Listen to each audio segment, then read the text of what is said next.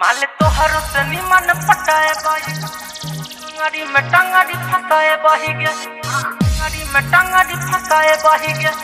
टंगड़ी में टंगड़ी फसाए बाही गे माले तो हरो से निमन पटाए बाही गे रोज टंगड़ी में टंगड़ी फसाए बाही गे तोरा हेते गो सामान बारा करे छे गुमान संगबा छोरा से देखी तोरे करनी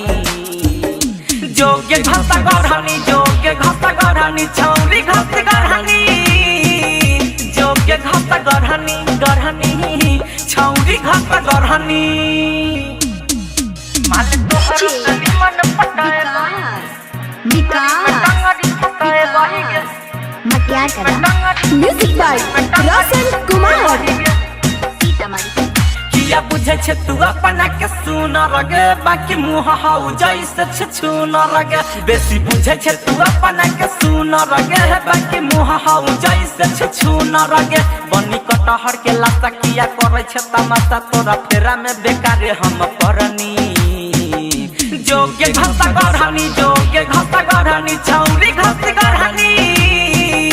जोगे घसा गढ़नी गढ़नी छौरी घस गढ़नी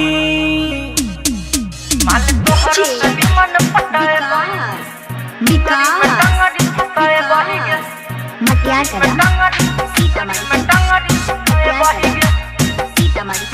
घास गढ़े के बहाना जाए गाछी में मिले यारावा से घिउरा के झांकी में घास गढ़े के बहाना जाए गाछी में मिले यारावा से घिउरा के झांकी में तोहर हेते गो साइज बड़ा करे छे ना जाय जे भी ससुरा तमर तौ बढ़नी जोगे घसा गढ़नी जोगे घसा गढ़नी छौरी घस गढ़नी जोगे घसा गढ़नी गढ़नी छौरी घस गढ़नी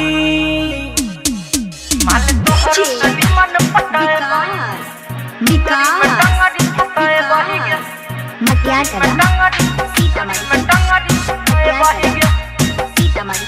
किया सूरज राजा के पीछे पड़ई छे जब विकास बिहारी जी से लड़ई छे किया सूरज राजा के पीछे पड़ई छे जब विकास बिहारी जी से लड़ई छे कहौ राम जी रसन माल तोरा जैसन 10-12 गो पकाल हो हम चढ़नी जोगे घसा गढ़नी जोगे घसा गढ़नी छौरी घस गढ़नी जोगे घसा गढ़नी गढ़नी छौरी घस गढ़नी। बाघ आर्ट रिकॉर्डिंग स्टूडियो राजापुर सोनी बाजार सीतामढ़ी बिहार।